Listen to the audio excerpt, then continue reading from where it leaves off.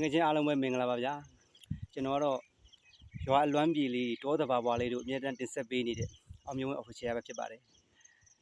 ကျွန်တော်ဒီအကောက်ကလေးကတော့အကောက်တစ်ကလေးဂျပန်ဝီချင်းလေး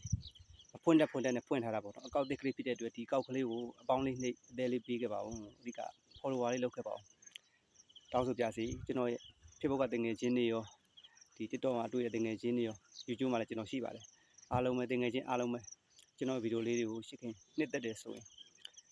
ကျွန်တော် follow လေးလုပ်ခဲ့ပေးပါဦးကျွန်တော်တောင်းဆိုပြစီဒီကောက်ကလေးကဂျပန်ဝီချင်းကောက်ကလေးပေါ့နော်ဒါမဖောက်တဲ့နဲ့ကျွန်တော်မနေ့ပဲရအောင်ဖောက်ထားတာပါ